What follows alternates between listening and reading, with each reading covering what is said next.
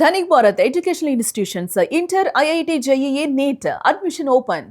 Cricket ప్రపంచంలో సెన్సేషన్గా మారాడు Vaibhav Suryavanshi. IPL అండర్-19లో Vaibhav అదరగొట్టాడు. Rajasthan Royals ఓపెనర్గా వైభవ్ మెరుపులు మెరిపిస్తున్నాడు. ఈ ఏడాది 12 మ్యాచ్ల్లో 486 పరుగులు చేశాడు వైభవ్ సూర్యవంశీ. వైభవ్కు బౌలింగ్ చేయాలంటేనే సీనియర్ బౌలర్లు కూడా భయపడుతున్నటువంటి పరిస్థితి. తాజాగా వైభవ్ సూర్యవంశీ బలహీనతను బౌలర్లు కనిపెట్టారు. స్లో బాల్స్తో వైభవ్ను బౌల్తా కొట్టించొచ్చు అంటూ కూడా ప్రచారం జరుగుతోంది. గత 4-5 మ్యాచ్ల్లో పెద్దగా వైభవ్ సూర్యవంశీ రాణించట్లేదు. వైభవ్కు స్లో బాల్స్ బలహీనత కాదని కూడా రాజస్థాన్ బ్యాటింగ్ కోచ్ విక్రమ్ రాథోడ్ చెప్తున్నారు. తమ టీంకు బలహీనత అనిపించడం లేదని కూడా రాథోడ్ చెప్తూ ఉన్నారు. దీనికి సంబంధించి మరిన్ని అప్డేట్స్ స్పోర్ట్స్ అనలిస్ట్ వెంకట్ అందిస్తారు. వెంకట్, మీరు గతంలో కూడా చెప్పారు కొన్ని మ్యాచ్ల వరకు బాగానే ఉంటుంది, తర్వాత ఏ బ్యాట్స్మెన్కైనా బలహీనత అనేది ఒకటి ఉంటుంది, సో దాన్ని పసిగడితే మాత్రం ఈజీగా అవుట్ చేయొచ్చు అనేటువంటి మాట. వైభవ్ విషయంలో కూడా బౌలర్లు మేము అది కనిపెట్టామని చెప్తున్నటువంటి పరిస్థితి. దానికి ఒక ఎగ్జాంపుల్ కూడా వారు చూపిస్తున్నారు. నిజంగా సీనియర్ బౌలర్లు కూడా భయపడుతున్న ప్రస్తుత పరిస్థితుల్లో ఈ బలహీనత నిజంగా అది బలహీనతేనా లేకపోతే అది బలహీనత కాదు అని అయితే రాజస్థాన్ టీం చెప్తోంది. మరి దాన్ని ఓవర్కమ్ చేస్తాడా? 12 మ్యాచ్ల్లోనే 486 పరుగులు అంటే మామూలు విషయం కాదు అసలు. అది ఏంటి, ఎలా చూడాలంటారు? మురళి, అంటే సాధారణంగా ప్రతి క్రికెటర్ కి కూడా ఒక బ్యాడ్ ఫేజ్ అనేది నడుస్తూ ఉంటుంది. అంటే వాళ్ళు ఎంత బాగా ఆడినప్పటికీ కూడా ఒకప్పుడు అజంతా మెండిస్ కానీ లేదంటే ముత్తయ్య మురళీధరన్ కానీ ఇలాంటి వాళ్ళు కూడా ఒక ప్రపంచ క్రికెట్ లో తమకంటూ ఒక ముద్ర వేసుకున్నటువంటి వాళ్ళు కూడా చాలా వరకు ఇబ్బంది పడినటువంటి సందర్భాలు ఉన్నాయి. ఆ టెస్ట్ క్రికెట్ లో సక్సెస్ అయినటువంటి షైన్ వాన్ T20 క్రికెట్ లో ఫెయిల్ అయినటువంటి సందర్భాలు ఉన్నాయి. అలాగే చాలా మంది ఆటగాళ్ళు ఇట్లా అంటే ఐపీఎల్ లో మాత్రమే క్లిక్ అయ్యి అంతర్జాతీయ క్రికెట్ లో ఫెయిల్ అయినటువంటి సురేష్ రైనా ఉన్నాడు. వీళ్ళందరూ కూడా కెరీర్ ఆరంభంలో చూపించినటువంటి ప్రదర్శనలు తర్వాత కనుమరుగైనటువంటి పరిస్థితి ఉంది.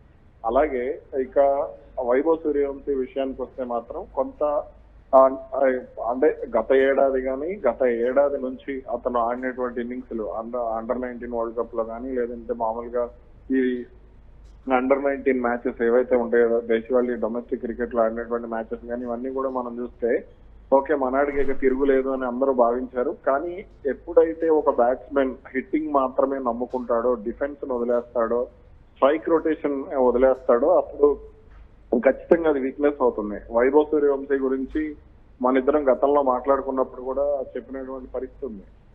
ముఖ్యంగా అతను బంతి స్వింగ్ అవుతుంది లేదు అని అంటే బంతి కనుక ఒక అంటే షార్ట్ పిచ్ బాల్ వస్తే కొంచెం అంటే బౌన్స్ అయిన తర్వాత నడుంకి అంటే ఛాతి మీదకి బంతి వస్తే మాత్రం దాన్ని గుడ్డిగా ఊపుతాడు అనేది ప్రధానంగా అతని గురించి ఉన్నటువంటి విమర్శ.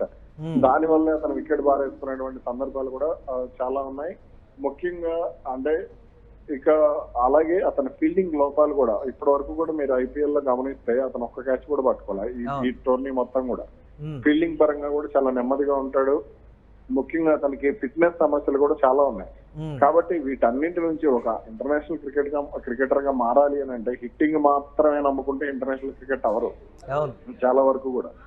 అలా హిట్టింగ్ మాత్రమే నమ్ముకున్న వాళ్ళు ఎక్కడో ఒకళ్ళో ఇద్దరు క్రిస్ గేల్ కానీ ఇలా ఒకళ్ళిద్దరు సక్సెస్ అవుతారు. మిగిలిన వాళ్ళందరూ కూడా ఫీల్డింగ్ చేయాలి. అన్ని సందర్భాల్లో జట్టుకి ఏది అవసరం అంటే ఒక సంపూర్ణమైన క్రికెటర్ గా ఇంకా మారలేదంటారా? మారలేదు. అది సంపూర్ణమైనటువంటి క్రికెటర్ గా మారడం అని అంటే అతను ఎప్పుడైతే స్ట్రైక్ రొటేట్ చేస్తాడో, ప్రతి బంతిని నేను 10 బాల్ హాఫ్ సెంచరీ చేయాలి, ప్రతి బాల్ 6 కొట్టాలి, ప్రతి బాల్ 4 కొట్టాలి, ఫస్ట్ బాల్ 6 కొట్టాలి, ఈ పిచ్ ఆలోచన అభిషేక్ శర్మ కూడా ఇలాంటి ఆలోచనలే ఉండేవి. T20 వరల్డ్ కప్ తర్వాత పిచ్ ఆలోచనల నుంచి బయటకు వచ్చినట్టున్నాడు. ఇక ఇప్పుడు వైభవ్ సూర్యవంశీ కూడా దాదాపు అటువంటి వాటి నుంచి బయటకు రావాలి. అతనికి కోచింగ్ ఇచ్చేటువంటి వాళ్ళు ఎవరైతే ఉన్నారో, ఇప్పుడు విక్రమ్ రాథోడ్ ఉన్నాడు. విక్రమ్ రాథోడ్ కోచింగ్ అంటే ఇప్పుడు విరాట్ కోహ్లీ కానీ ఇలా చాలా మంది ఆటగాళ్ళు ఇష్టపడుతూ ఉంటారు అతని కోచింగ్. కాబట్టి అటువంటి కోచ్ దొరికినప్పుడు ఆ వీక్నెస్ లను బయటపడాలి. ఎందుకంటే కేవలం హిట్టింగ్ మాత్రమే అంటే T20 క్రికెట్ మాత్రమే కాదు, రేపు నువ్వు అంతర్జాతీయ క్రికెట్ లోకి వస్తే టెస్ట్ క్రికెట్ ఆడాలి, వన్డే క్రికెట్ ఆడాలి. కాబట్టి రేపు ఇంకో ఫార్మాట్ వస్తే ఇంకో ఫార్మాట్ లో టీమ్ మేనేజ్మెంట్ ఇప్పటికీ కూడా అంటే ఇతర జట్లు ఏ విధంగా చూస్తున్నాయో సంగతి పక్కన పెడితే టీమ్ మేనేజ్మెంట్ పర్టికులర్ గా RRకి సంబంధించి ఇంకా చిన్నపిల్లగాడిగానే చూస్తూ ఉన్నారు. ఇక చాలా భవిష్యత్తు ఉంది, ఒక్కొక్క విషయంలో మెరుగులు దిద్దుకుంటాడు అనేటువంటి విషయాన్ని చెప్తూ కూడా వెనకేసుకొస్తున్న పరిస్థితి ఉంది కదా, దాన్ని ఎలా చూడాలంటారు? అంటే టీమ్ మేనేజ్మెంట్ సంబంధించి చూసుకుంటే అతని వల్ల వాళ్ళు పెట్టిన పెట్టుబడి కంటే భారీ లాభాలే వచ్చాయి అతని మీద వాస్తవంగా చెప్పుకోవాలంటే. అతను ఆడినటువంటి మ్యాచ్లు కానీ అతను ఆడినటువంటి ఇన్నింగ్స్ల కారణంగా వాళ్ళు కొన్ని మ్యాచ్లు గెలిచారు. ఓకే, అందులో వాళ్ళు తప్పలేదు వెనకేసి రావడంలో. ఎందుకంటే ఇప్పుడు తర్వాత ఇంకొకటి 2 మ్యాచ్లు మిగిలి ఉన్నాయి లీగ్ దశకు సంబంధించి. అందులో కూడా అతను ఏదన్నా ఒక మ్యాచ్ లో ఆడితే ఆ మ్యాచ్ కనుక వాళ్ళు రాజస్థాన్ గెలిస్తే అతను వాళ్ళ కూడా లాభాలు వస్తాయి. కాబట్టి వాళ్ళు వెనకేసుకు వస్తారు, ఎందుకంటే అతని మీద పెట్టుబడి పెట్టారు కాబట్టి. ఇక్కడ అతని కెరీర్ ని అంటే వ్యాపారస్తుడు ఎప్పుడు వ్యాపారస్తుల్లానే ఆలోచిస్తాడు. ఇప్పుడు కొన్నాళ్ళు బాగా పెర్ఫామ్ చేసినటువంటి ఎంప్లాయీని వదులుకోవాలని ఎవరు అనుకోరు కదా. తర్వాత మంచి ఫామ్ లోకి వస్తారని అనుకుంటారు ఎవరైనా సరే. కాబట్టి ఖచ్చితంగా అతని విషయంలో కూడా టీమిండియా రాజస్థాన్ యాజమాన్యానికి కొంత నమ్మకం అయితే ఉందనుకుంటున్నాను నేను. మరి ఆ నమ్మకాన్ని అతను నిలబెట్టుకోవాలి, అతని కెరీర్ కూడా చూసుకోవాలి. అతను కేవలం ఐపీఎల్ మాత్రమే జీవితం అనుకుంటున్నట్టున్నాడు, T20 వరల్డ్ కప్ మాత్రమే జీవితం అనుకుంటున్నట్టున్నాడు, T20లు మాత్రమే. మిస్టరీ బ్యాట్స్మెన్ ని బౌలర్లు డీకోడ్ చేశారా అనే ఒక మాట కూడా వినిపిస్తోంది. ఇంటర్నేషనల్ క్రికెట్లోకి రాబోతున్నాడు అది ఇదని రకరకాల వార్తలు కూడా వస్తున్న ప్రస్తుత తరుణంలో ఒకవేళ కానీ అది డీకోడ్ చేస్తే దాన్ని ఓవర్కమ్ చేయకపోతే ఏంటి, ఎలా ఉండబోతుంది అంటారు? ఖచ్చితంగా డీకోడ్ చేశారు, అందులో ఎటువంటి సందేహం లేదు. విరాట్ కోహ్లీ లాంటి ఆటగాడిని డీకోడ్ చేసినప్పుడు ఇతను పెద్ద లెక్క కాదు కదా.